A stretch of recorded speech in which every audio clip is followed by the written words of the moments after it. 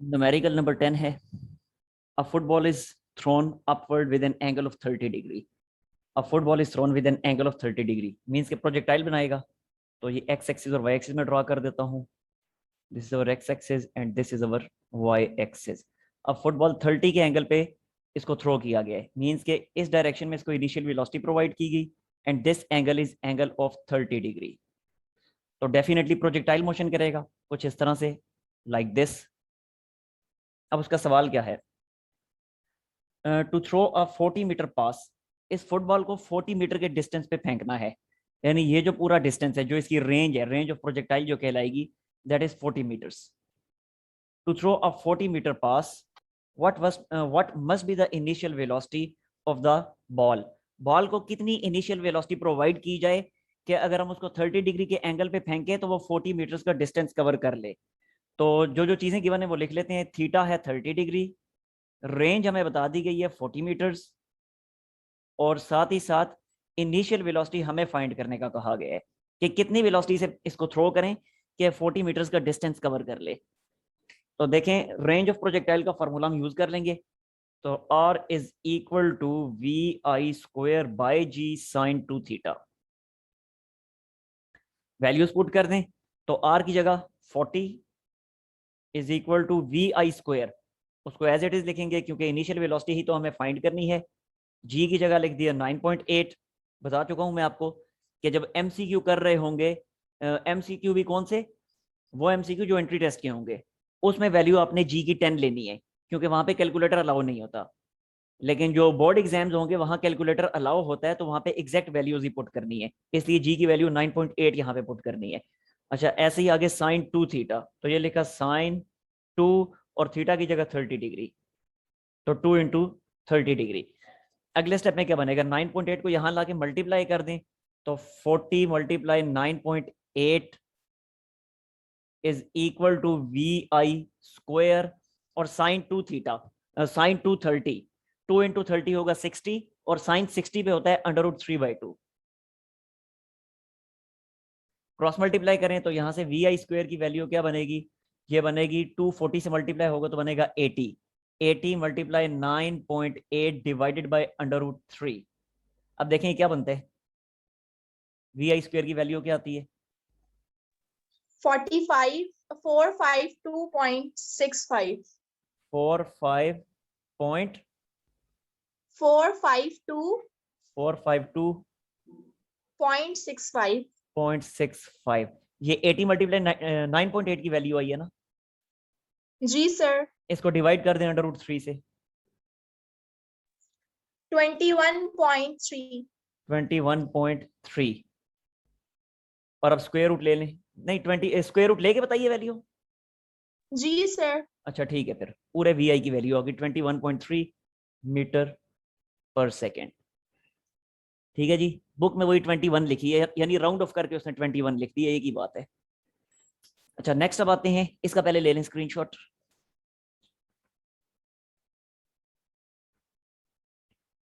जी sir ले लिया। अच्छा जी इरज समझ आइए आपको। जी सर। अच्छा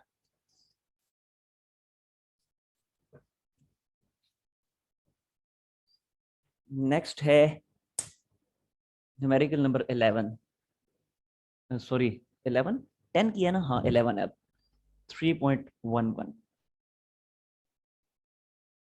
अब यहाँ पे क्या बताया गया, कहता है ball is thrown horizontally from a height 10 metres.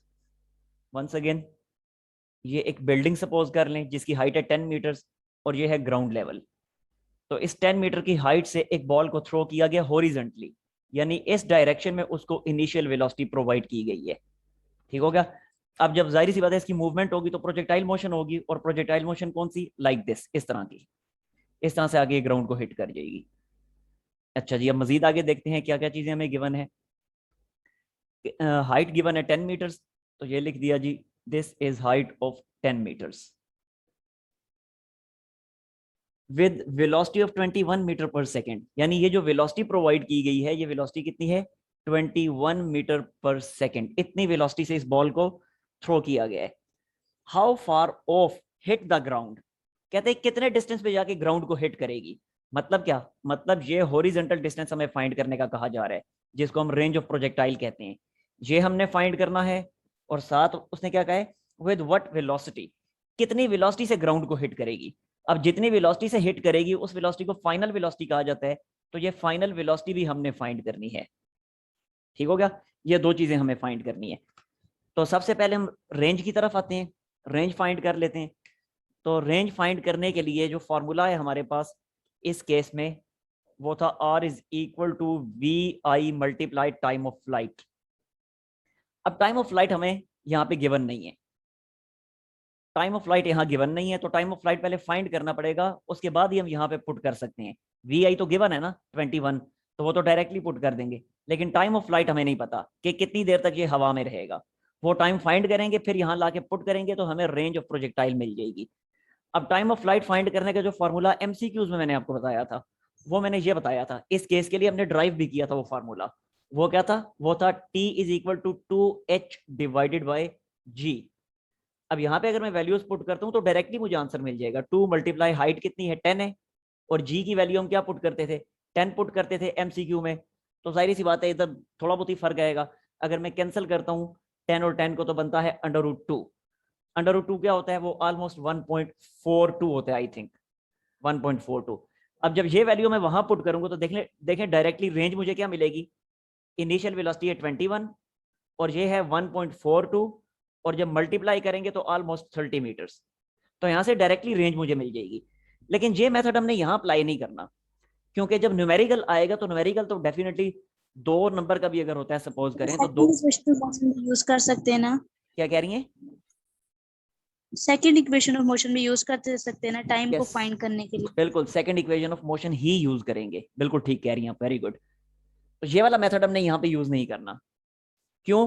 क्योंकि वो मेथड सिंपली एमसीक्यू के लिए, एमसीक्यू में आता है तो डायरेक्टली आप वो मेथड यूज कर लें। लेकिन अगर न्यूमेरिकल आता है 2 नंबर का भी आता है, तो इतने से काम के 2 नंबर आपको नहीं मिलने वाले। अब यहाँ पे अलग से आपको टाइम ऑफ फ्लाइट फाइंड करना पड़ेगा। अब टाइम ऑफ फ्लाइट हम कैसे फाइंड करेंगे? देखें, टाइम ऑफ फ्लाइट की डेफिनेशन में मैंने आपको बताया था कि टाइम ऑफ फ्लाइट वो टाइम है कि जितने टाइम तक वाई एक्सिस के अलोंग डिस्टेंस नॉन जीरो रहता है। अब कितने टाइम तक वाई एक्सिस के अलोंग डिस्टेंस नॉन जीरो रहता है? उतने टाइम तक कि जितने टाइम तक, देखें ये वाला इतना डिस्टेंस ये बॉडी कवर करती रहेगी, ये बॉल जब तक इतना डिस्टेंस कवर करती रहेगी, और डेफिनेटली ये डिस्टेंस है वाई एक्सिस के अलोंग। तो जब ये डिस्टेंस वाई एक्सिस के अलोंग है, तो अब हमें वेलोसिटी की जो इनिशियल वैल्यू चाहिए होगी, वो भी इनिशियल वेलोसिटी का वाई कंपोनेंट जरूरत पड़ेगा। ठीक है, एक्स कंपोनेंट की हमें यहाँ पे जरूरत नहीं पड़ने वाली। तो इस पॉइंट पे जहां से बॉल चली थी, इस पॉइंट पे इनिशियल वेलोसिटी का वाई कंपोनेंट जो है वी आई वाई, वो क्या था, वो था 0। 0। ठीक हो गया। अच्छा, दूसरा पैरामीटर जो हमें गिवन है वो है ये वाला डिस्टेंस, जिसको एस का नाम दे दें चलें इस केस में। ये एस डिस्टेंस हमें गिवन है। इसके अलावा हमें ग्रेविटेशनल एक्सेलरेशन गिवन है। तो जब हमें इनिशियल वेलोसिटी भी गिवन है, हमें डिस्टेंस भी गिवन है, हमें ग्रेविटेशनल एक्सेलरेशन भी गिवन है, तो बड़ी आसानी से हम second equation of motion apply करके टाइम ऑफ फ्लाइट फाइंड कर सकते हैं। ठीक है, सर वी आई वाई जीरो कैसे हुआ? वी आई वाई 0 कैसे हुआ? इसलिए कि जो शुरू में वेलोसिटी प्रोवाइड की गई थी, वो तो उसको जो पुश दिया गया था बॉल को, वो हॉरिजॉन्टल पुश दिया गया था। तो जब हॉरिजॉन्टल पुश दिया गया, तो ये जो इनिशियल वेलोसिटी है, ये सारी की सारी वेलोसिटी जो है एक्स एक्सिस के अलोंग है, यानी टोटल वी आई जो है that is equal to we I X. इसलिए आई समझ? Okay sir. अब मैं अप्लाई कर रहा हूं सेकंड इक्वेशन ऑफ मोशन। तो सेकंड इक्वेशन ऑफ मोशन के मुताबिक ये मैंने लिखा S is equal to we I Y into T. ठीक हो गया, आगे प्लस का sine, half G T square. Now S की वैल्यू कितनी है, यानी वाई एक्सिस के अलोंग जो डिस्टेंस कवर होगा वो होगा 10। वी आई वाई यहाँ पे आपको बता दिया, वी आई वाई कितना है 0, तो ये पूरे का पूरा फैक्टर 0 हो जाएगा। आगे प्लस का साइन, 1/2, जी की वैल्यू 9.8 और T square as it is. Cross multiply करें तो बनेगा 20 divided by 9.8 is equal to T square. यहाँ से डिवाइड करें और जो भी आंसर आएगा उसका स्क्वायर रूट लें, और मुझे बताएं क्या आंसर आ रहा है, टी की वैल्यू क्या आ रही है? देखें यही आ रही है, 1.42। बिल्कुल ठीक है। तो यहां से जब टी की वैल्यू कैलकुलेट करेंगे तो वो आ गई 1.42। सो हमें मिल गया टाइम ऑफ फ्लाइट। अब जब टाइम ऑफ फ्लाइट हमें मिल गया तो अब बड़ी आसानी से इस जी फॉर्मूला सर। में, यस, अब बड़ी आसानी से इस फॉर्मूला में हम वैल्यू पुट कर सकते हैं। ठीक है, now putting values in equation 1, putting values in equation 1। तो इक्वेशन 1 में वैल्यू पुट करें तो रेंज क्या आएगी, range is equal to we I. V I की वैल्यू हमें शुरू में ही बता दी गई थी, वो थी 21, टाइम ऑफ फ्लाइट की 1.42, और जब कैलकुलेट करेंगे तो राउंड ऑफ करके ये बन जाएगा 30 मीटर्स। ठीक हो गया, ये हमारे पास आ गई रेंज। तो एक चीज तो हमने फाइंड कर ली, दूसरी चीज हमें क्या फाइंड करनी है, कहते हैं किस वेलोसिटी से ग्राउंड को हिट करेगा, यानी ये वी है, फाइनल वेलोसिटी भी हमें कैलकुलेट करनी है।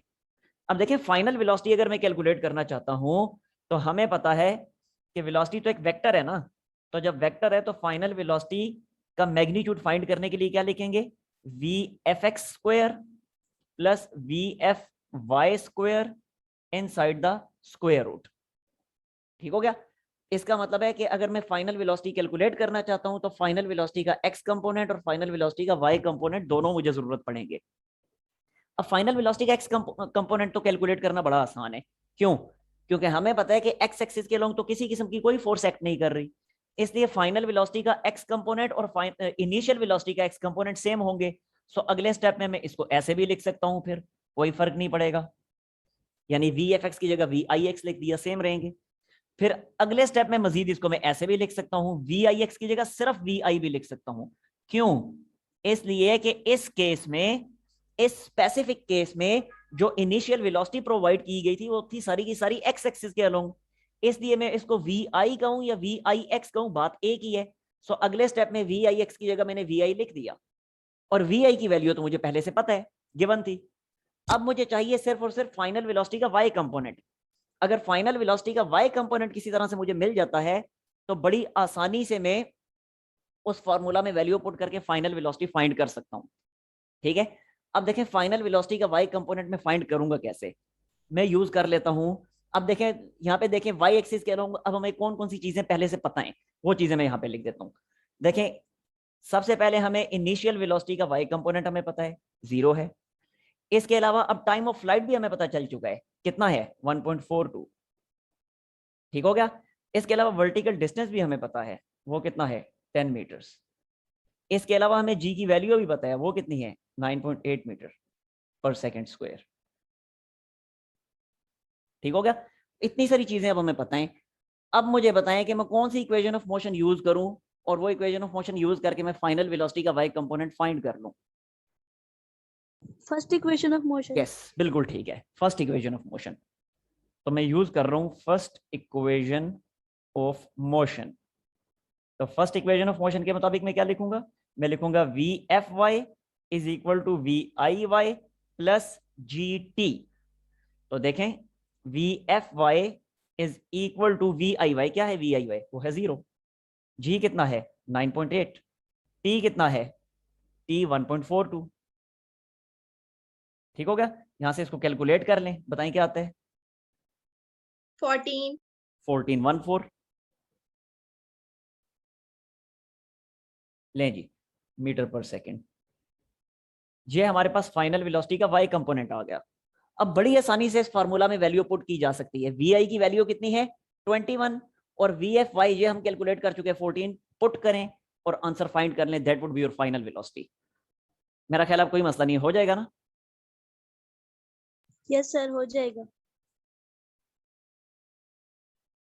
We I square plus V F Y square and that is equal to we आई कितना है 21, सो ये लिखा 21 का स्क्वायर प्लस 14 का square inside the square root. ले जी अब कैलकुलेट कर लें, स्क्रीनशॉट ले लें, कोई इशू है तो पूछ लें।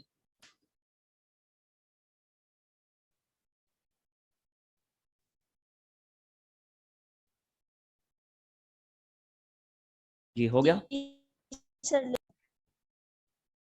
ओके। नेक्स्ट है न्यूमेरिकल नंबर 12।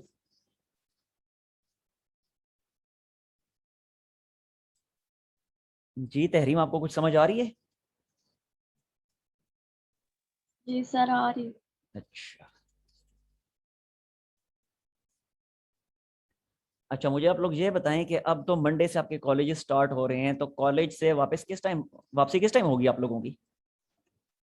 मेरा तो नहीं ख्याल अब सर उसके 2 बाद। सर बजे। पंजाब बोर्ड। हाँ तो 2:15 वाला टाइम सूटेबल तो नहीं रहेगा अब। Yes sir. मेरा तो ख्याल है 3 o'clock कर लेते हैं। ज़ाहिर है आके खाना भी खाना है, नमाज भी पढ़नी है जोहर की। क्या ख्याल है?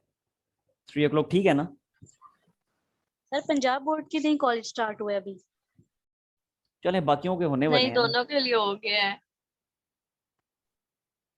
मुझे बताएं थ्री ओ अभी क्लॉक तो का टाइम। 3 o'clock ठीक है टाइम? जी सर। जी तहरीम जी सर। पूछ रहा हूँ 3 o'clock का टाइम ठीक है? जी जी सर, ठीक है। जी इरज ठीक है, कोई इशू तो नहीं है ना इसमें? ज़ाहिर है और कोई टाइम नहीं ना बचा फिर, या फिर वही रात वाला ही हो सकता है। जी इरज आपसे पूछ रहा हूँ मैं। नहीं सर, रात को समझ नहीं आती। सर क्या टाइम रखा है? 3 o'clock। ओके सर ठीक है, नो इशू। अच्छा देखें, न्यूमेरिकल नंबर 12 है। A bomber dropped a bomb at the height of 490 metres. एक जहाज है, जंगी जहाज जो होते हैं, फाइटर जेट, वो बॉम्ब ड्रॉप करता है। बॉम्ब ड्रॉप करता है, देखें सबसे पहले तो मैं उसकी फ्लाइट की डायरेक्शन यहाँ पे शो कर देता हूँ। इस डायरेक्शन में वो फ्लाई कर रहा है, ठीक है। कितनी स्पीड से फ्लाई कर रहा है वो स्पीड भी हमें बता दी गई है।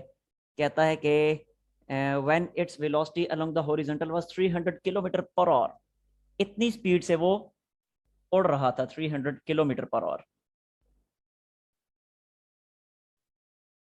That was the velocity of its flight. ये उसकी फ्लाइट की वेलोसिटी है, और ये ग्राउंड लेवल है, ठीक है। अच्छा कहता है कि कितनी हाइट पे उड़ रहा है? 490 मीटर्स की हाइट पे उड़ रहा है। सपोज करें अभी ये इस पॉइंट पे है, तो इस जिस पॉइंट पे है इसकी हाइट जो बनती है ग्राउंड लेवल से, वो हाइट हमें बता दी गई है। वो हाइट हमें बताई गई है कितनी? 490 meters. This is the height of 490 meters. इतनी हाइट पे था, उसने बॉम्ब ड्रॉप कर दिए। अच्छा जब वो बॉम्ब ड्रॉप करेगा, देखें इस पॉइंट से बॉम्ब को ड्रॉप किया गया। अब एरोप्लेन इस डायरेक्शन में मूव कर रहा था, तो सिंपली अगर वो सिर्फ बॉम्ब को रिलीज करता है तो बॉम्ब ये तो नहीं होगा कि डायरेक्टली नीचे आके गिर जाएगा। जाहिर है अगर एरोप्लेन की इतनी, उस फाइटर जेट की अगर इतनी वेलोसिटी है, तो यकीनी तौर पे उसके अंदर मौजूद हर ऑब्जेक्ट की सेम वेलोसिटी होगी। जैसे एक बस अगर मूव कर रही होती है, बस के अंदर अगर मैं मौजूद हूं, तो बस जितनी वेलोसिटी से मूव कर रही है, मैं भी तो ग्राउंड के रिस्पेक्ट से उतनी वेलोसिटी से मूव कर रहा होता हूं ना। तो ऐसे ही बिल्कुल, अगर वो फाइटर जेट इतनी वेलोसिटी से मूव कर रहा है, तो उसके अंदर जो मौजूद बॉम्ब्स हैं वो भी इतनी वेलोसिटी से हॉरिजॉन्टल मूवमेंट कर रहे हैं। तो इसलिए जब उन बॉम्ब्स को रिलीज किया जाएगा, तो इतनी वेलोसिटी से मूव करते हुए बॉम्ब डायरेक्टली नीचे नहीं आएंगे, बल्कि इस तरह से प्रोजेक्टाइल मोशन करते हुए नीचे आके गिरेंगे। ठीक हो गया? अच्छा अब जरा मजीद आगे देखें। कहता है कि when its velocity along the horizontal was 300 kilometre, how long was it in how long was it in air. ये जो बॉम्ब ड्रॉप किया गया है, ये कितनी देर तक हवा में रहा है? यानी सिंपल सी बात है कि टाइम ऑफ फ्लाइट हमसे पूछा हुआ है, तो टाइम ऑफ फ्लाइट हमने फाइंड करना है। पहली चीज तो ये है, ठीक हो गया। और दूसरी चीज क्या फाइंड करनी है? पार्ट ए में टाइम ऑफ फ्लाइट फाइंड करना है। दूसरी चीज क्या फाइंड करनी है? दूसरी चीज ये फाइंड करनी है, at what distance from the point vertically below the bomber at the instant the bomb was dropped did it strike the ground। कि जिस पॉइंट से इसको रिलीज किया गया है, उस पॉइंट से वर्टिकली नीचे जो ग्राउंड पे जो पॉइंट बनता है, उस पॉइंट से कितने डिस्टेंस पे जाके ये ग्राउंड को स्ट्राइक करेगा। मतलब क्या? मतलब सिंपली ये वाला डिस्टेंस पूछा हुआ है, जिसको हम कहते हैं रेंज ऑफ प्रोजेक्टाइल। तो ये रेंज ऑफ प्रोजेक्टाइल भी हमें फाइंड करनी है। समझ आ गई बात की? क्लियर? जी सर क्लियर है। Okay. Once again time of flight find करना है, तो बिल्कुल अभी जैसे 11th न्यूमेरिकल में हमने किया था, वैसे ही सेकंड इक्वेशन ऑफ मोशन हम अप्लाई करेंगे और टाइम ऑफ फ्लाइट हम फाइंड कर लेंगे। तो देखें वंस अगेन, ये जो बिल्कुल हाईएस्ट पॉइंट है जहां से उसको रिलीज किया गया था बॉम्ब को, इस पॉइंट पे वेलोसिटी का वर्टिकल कंपोनेंट, इनिशियल वेलोसिटी का वर्टिकल कंपोनेंट यानी VIY 0 होगा डेफिनेटली। ठीक हो गया? तो VIY की वैल्यू हमें पता चल गई। ये डिस्टेंस भी हमें पता है, इसके अलावा हमें ग्रेविटेशनल एक्सेलरेशन की वैल्यू भी पता है। सो सिंपली हमने सेकंड इक्वेशन ऑफ मोशन यहाँ पे यूज करनी है और टाइम ऑफ फ्लाइट फाइंड कर लेना है। तो using second equation of motion, तो s इज इक्वल टू क्या होगा, वी आई वाई इंटू टी। क्यों? क्योंकि मूवमेंट y एक्सिस के होंगे, हमने टाइम ऑफ फ्लाइट फाइंड करना है, और टाइम ऑफ फ्लाइट वही डिस्टेंस होता है, टाइम ऑफ फ्लाइट वो टाइम होता है कि जितने टाइम तक y एक्सिस के अलोंग डिस्टेंस नॉन जीरो रहता है। So that's why we have to find vertical component of initial velocity means VIY plus 1/2 GT square। S की वैल्यू, S कौन सा है, जाहिर है यही वाला डिस्टेंस है S, इतना डिस्टेंस उसने कवर किया इस टाइम ऑफ फ्लाइट के दौरान, वर्टिकल डिस्टेंस। तो ये मैंने लिख दिया 490 इज इक्वल टू VIY कितना है, VIY 0 था तो यहाँ पे डायरेक्टली 0 पुट कर दिया, प्लस 1/2 9.8 इंटू टी स्क्वायर।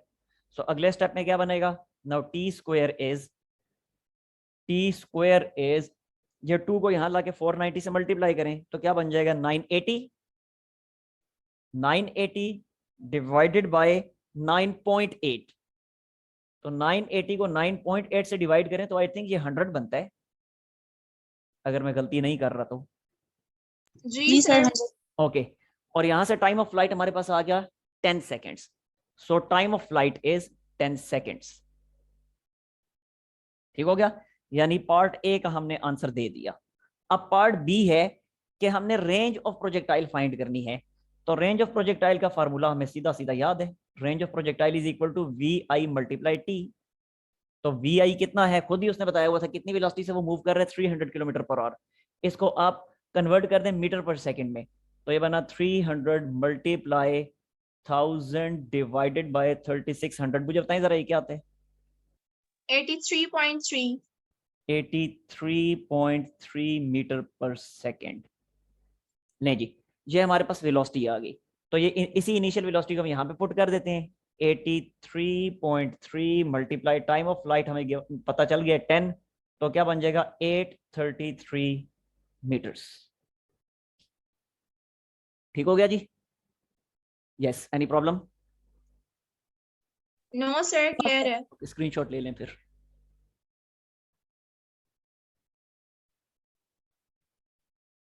जी सर, ले लिया है।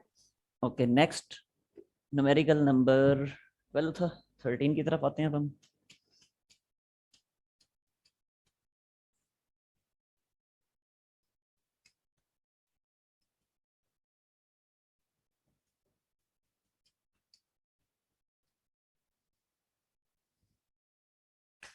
अच्छा जी, नेक्स्ट है न्यूमेरिकल नंबर 13। न्यूमेरिकल नंबर 13 में कहता है find the angle of projection of projectile for which its maximum height and horizontal range are equal. कहता है वो एंगल फाइंड करें कि जितने एंगल पे हॉरिजॉन्टल रेंज और हाइट दोनों आपस में इक्वल हो जाएं, रेंज और हाइट जिस पे दोनों इक्वल हो जाएं, कहता है आप वो वाला एंगल फाइंड करके दिखाएं। अब एक यही क्वेश्चन हमने परसों किया था एमसीक्यू में भी, और वहां मैंने आपको कौन सा तरीका बताया था, वहां आपको ये वाला मेथड बताया था, r tan theta is equal to 4h, और वहां पे 2 मिनट में कैलकुलेट कर लिया था। हमने कहा था कि आप खुद कह रहे हैं कि रेंज और हाइट इक्वल है, सो इस वाली रेंज की जगह भी मैं हाइट लिख देता हूँ, h tan theta is equal to 4h, दोनों h कैंसिल, तो थीटा क्या आ गया था tan इनवर्स ऑफ 4, और tan इनवर्स ऑफ 4 जो होता है वो होता है 76 डिग्री। यहाँ से तो हमने 2 मिनट में कैलकुलेट कर लिया था। लेकिन अगर न्यूमेरिकल में आता है 2 नंबर का भी, अगर न्यूमेरिकल आ गया तो इसके तो 2 नंबर नहीं मिलने वाले। अब प्रॉपर्ली इसको, जो बेसिक फार्मूलाज हमने सीखे हैं रेंज और हाइट के, उन फार्मूलाज को यहाँ पे यूज करना है, और उन फार्मूलाज के जरिए से हमने एंगल फाइंड करना है। सेम एंगल आएगा, एंगल पे तो कोई फर्क नहीं पड़ेगा। तो देखें, रेंज ऑफ प्रोजेक्टाइल का फार्मूला हमने क्या सीखा था, वो था we i square by ji sine 2 theta is equal to, height का क्या था, वो था we i square sine square theta by 2g। अब यहां से सिंप्लीफिकेशन स्टार्ट करें तो देखें ये g और ये g हो गई कैंसल, इसी तरह ये वी आई स्क्वेयर और वी आई स्क्वेयर हो गई कैंसल। अब साइन 2 थीटा बचा, इसको मैं एक्सपेंड करके लिख देता हूं 2 साइन थीटा कॉस थीटा, और इस वाले साइन स्क्वेयर को ऐसे ही रहने दें। ठीक है, अब वंस अगेन ये साइन है और ये स्क्वायर है, ये दोनों भी कैंसल, तो बना 2 cos theta is equal to sine theta, 2 cos theta is equal to, sorry मैंने मिस्टेक कर दी, ये वाला 2 भी तो इधर आके मल्टीप्लाई होगा, इस 2 को मैं यहाँ पे भूल बैठा हूँ। अगले स्टेप में ये 2 इधर आके मल्टीप्लाई होगा तो बनेगा 4 cos theta is equal to sine theta. Now 4 is equal to cos इधर आके डिवाइड होगा तो क्या बनेगा tan थीटा, और यहां से theta is equal to tan inverse of 4, and now tan inverse of 4 वो आपके सामने है, दैट इज 76 डिग्री। सर एक दफा फिर समझा दें। देखें रेंज का फार्मूला बुक में देखें ना, वो ये था we I square by ji sine 2 theta, so आपके सामने लिख दिया। हाइट का फार्मूला था we I square sine square theta by 2 G, वो भी लिख दिया। अब ये वी आई स्क्वायर और ये वी आई स्क्वायर कैंसिल हो रहे हैं, ऐसे ये वाला जी और ये वाला जी कैंसिल हो रहा है, बाकी बचता है साइन 2 थीटा, और साइन 2 थीटा का फार्मूला है साइन 2 थीटा इक्वल होता है 2 साइन थीटा कॉस थीटा के, ऐसे, ठीक है। इसलिए साइन 2 थीटा की जगह मैंने लिख दिया 2 साइन थीटा कॉस थीटा, जबकि यहाँ पे बचा था sine square theta by 2, so as it is लिख दिया।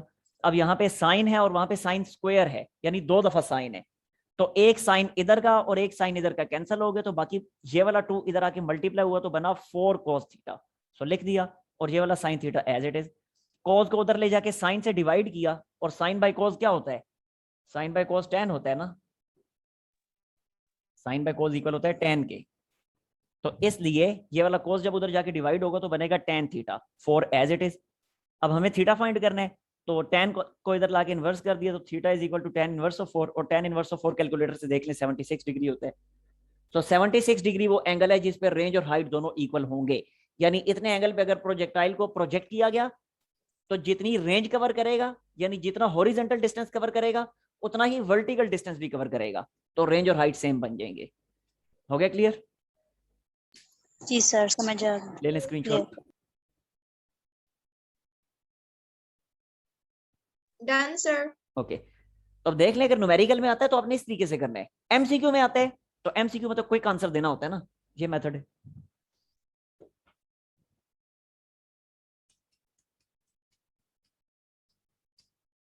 नेक्स्ट है न्यूमेरिकल नंबर 14।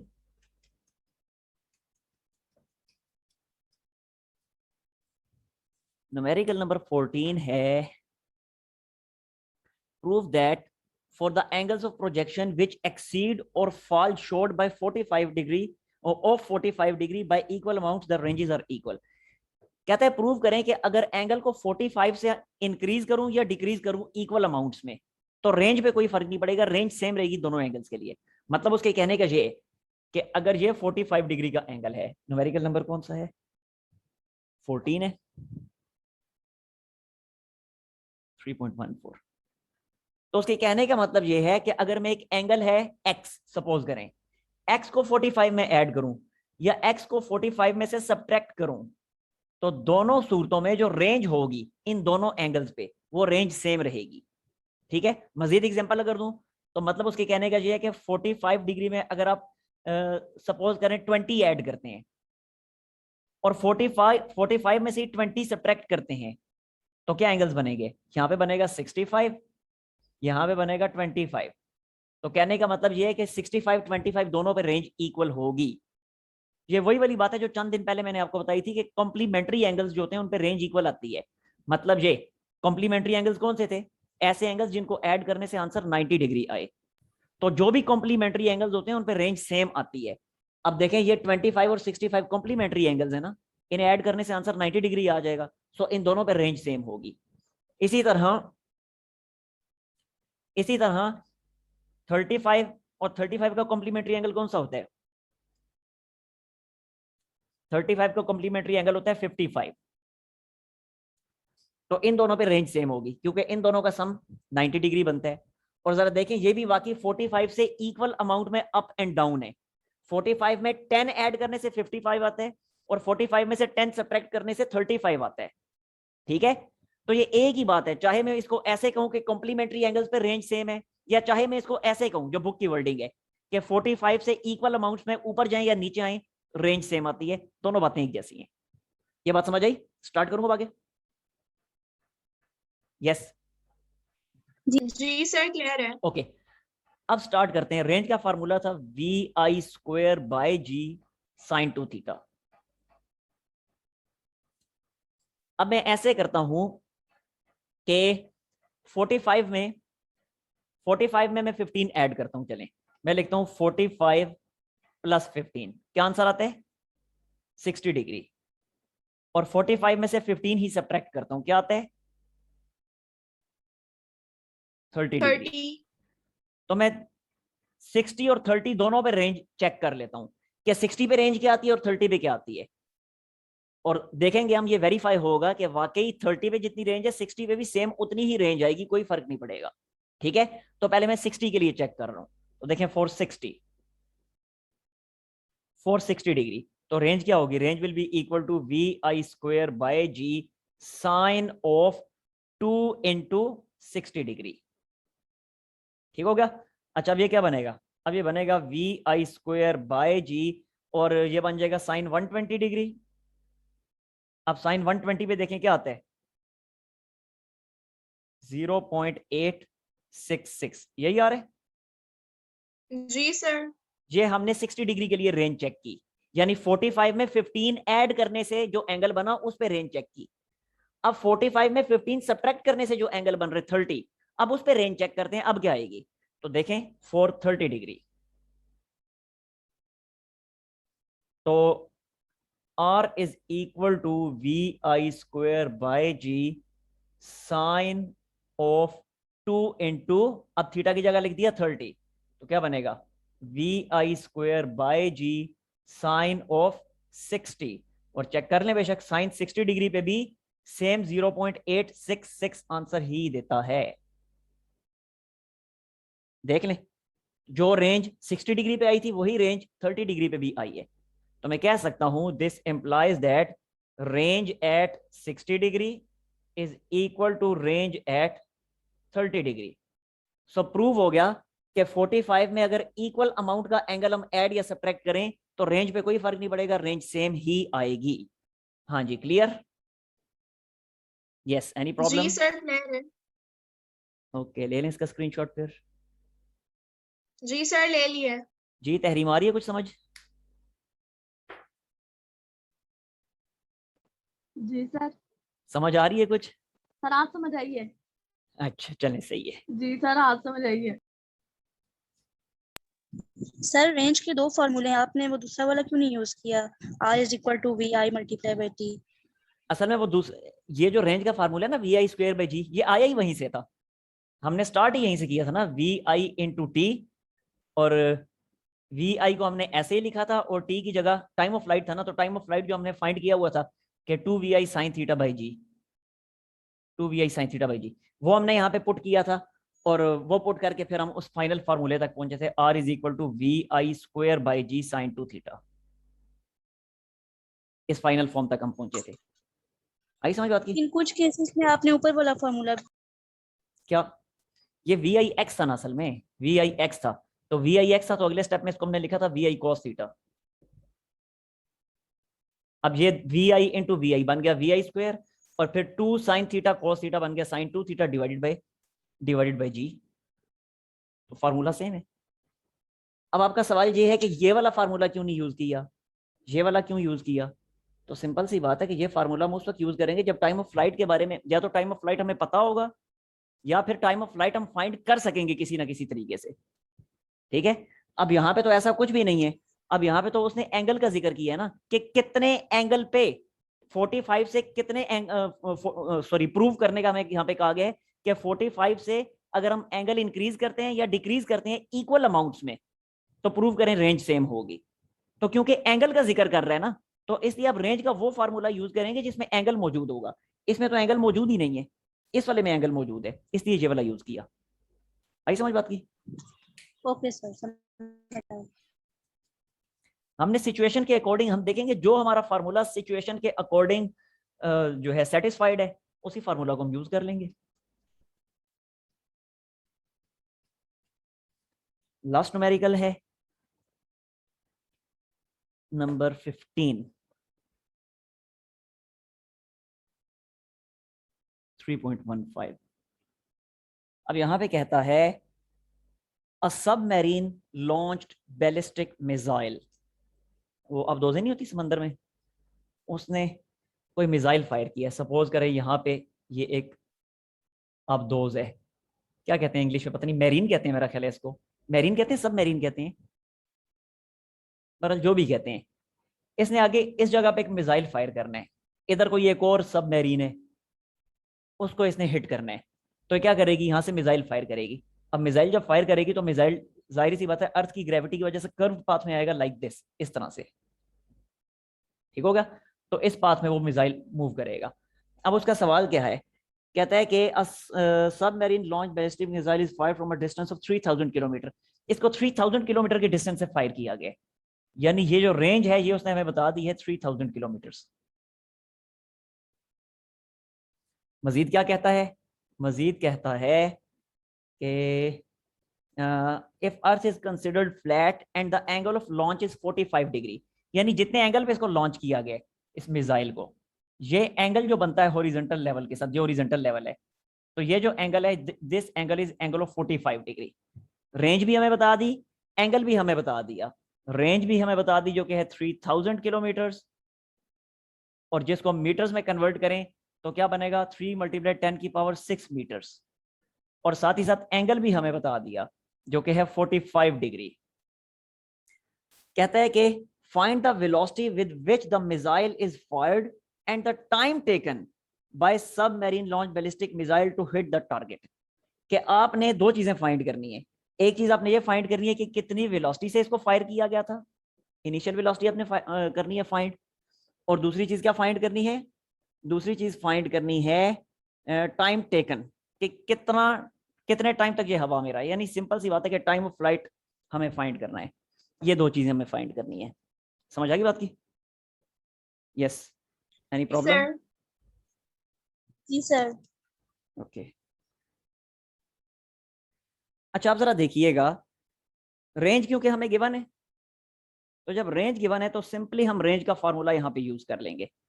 अब रेंज का फार्मूला क्या है, रेंज का फार्मूला है R is equal to VI² by G sin 2θ। अब शायद फिर आपके माइंड में आए कि रेंज का ये वाला फार्मूला क्यों नहीं यूज किया, VIX × T, इसलिए नहीं यूज किया कि यहाँ पे अब अगर मैं यहाँ से वेलोसिटी फाइंड करना चाहूँ तो यहाँ से वेलोसिटी का सिर्फ x कंपोनेंट मुझे मिलेगा, एक बात। दूसरा, ये फार्मूला यूज ना करने की वजह ये भी है कि टाइम ऑफ फ्लाइट भी तो इसमें मौजूद है, और वो टाइम ऑफ फ्लाइट तो यहाँ पे गिवन ही नहीं है, वो तो हमने फाइंड करना है, ये टाइम ऑफ फ्लाइट तो हमने फाइंड करना है। समझ आ गई? तो जब टाइम ऑफ फ्लाइट भी गिवन नहीं है तो वो फार्मूला फिर हम कैसे यूज कर सकते हैं?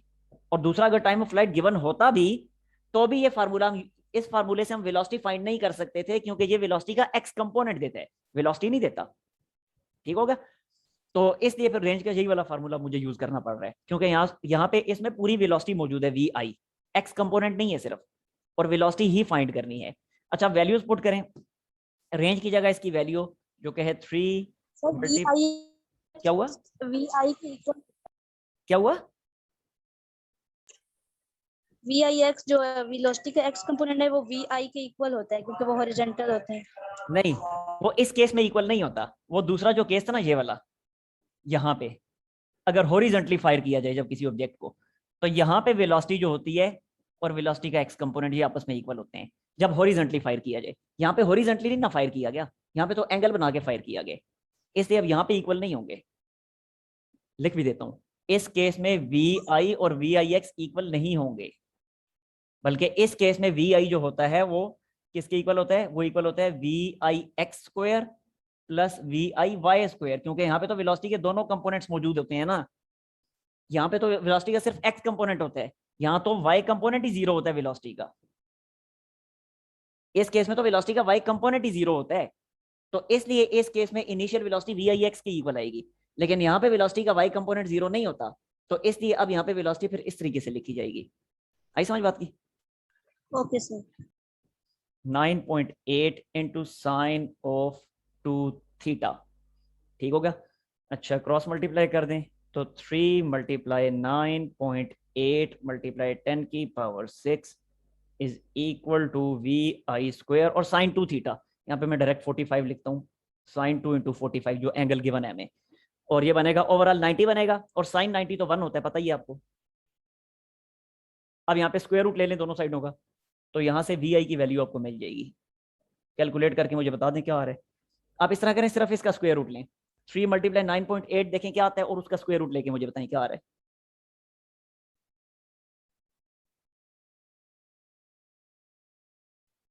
5.42 मल्टीप्लाई बाय 10 की पावर 3। 5.42 यानी इसका स्क्वायर रूट कितने हिस्से का आता है 5.42, और इसका जब स्क्वायर रूट लेना है तो ये तो 9th क्लास की मैथ में सीखा था कि जब भी किसी पावर का स्क्वायर रूट लिया जाता है तो पावर हाफ हो जाती है, यानी 10 की पावर 6 का लेंगे तो 10 की पावर 3 बनेगी मीटर पर सेकेंड। ठीक है, और अगर किलोमीटर पर सेकंड में लिखना है तो बनेंगे, ये बन जाएगा 5.42 और ये 10 की पावर 3 की जगह हम लिख देंगे किलो, तो ओवरऑल बना किलोमीटर पर सेकंड। ये आ गई हमारे पास इनिशियल वेलोसिटी। अच्छा, अब इसके बाद टाइम ऑफ फ्लाइट हमने फाइंड करने, तो देखें टाइम ऑफ फ्लाइट के लिए हम ये वाला फार्मूला यूज नहीं कर सकते। ये नो आप सोचें कि भाई रेंज गिवन है और वेलोसिटी भी अब हमें पता चल चुकी है तो यहाँ से टाइम ऑफ फ्लाइट हम फाइंड कर सकते हैं। नो, यहाँ से फाइंड नहीं किया जा सकता। वजह उसकी ये है कि वी आई एक्स जो है ये इनिशियल वेलोसिटी नहीं है, बल्कि इनिशियल वेलोसिटी का एक्स कंपोनेंट है, जबकि यहाँ जो हमने फाइंड किया वो इनिशियल वेलोसिटी फाइंड की है, इनिशियल वेलोसिटी का एक्स कंपोनेंट नहीं फाइंड किया। ठीक है, तो जब इनिशियल वेलोसिटी का एक्स कंपोनेंट हमें नहीं पता तो ये वाला फार्मूला यूज करके यहाँ से हम टाइम ऑफ फ्लाइट फाइंड नहीं कर सकते। तो अब टाइम ऑफ फ्लाइट फाइंड करने के लिए टाइम ऑफ फ्लाइट का जो अपना फॉर्मूला है वही यूज करना पड़ेगा, जो कि है 2vi sin theta divided by G. ठीक हो गया, अब यहाँ पे वैल्यूज पुट करें। 2 ऐसे ही लिखा, इनिशियल वेलोसिटी कैलकुलेट कर चुके हैं हम, लेकिन ये किलोमीटर पर सेकंड में है, हमने वैल्यू पुट करनी है मीटर पर सेकंड वाली, जो कि है 5.42 मल्टीप्लाई 10 की power 3 multiply sine of theta. Theta कितना है 45 है, सो ये लिखा sine of 45 divided by g की वैल्यू वो पता है आपको 9.8। बस सिंपली अब यहाँ से आप कैलकुलेट कर लें और कैलकुलेट करके टाइम ऑफ फ्लाइट फाइंड कर लें, वही आपकी फाइनल वैल्यू होगी। ठीक हो गया जी, यहाँ से आगे अब आपके लिए कोई ज्यादा बड़ा मसला नहीं है, सो कर लीजिएगा अब।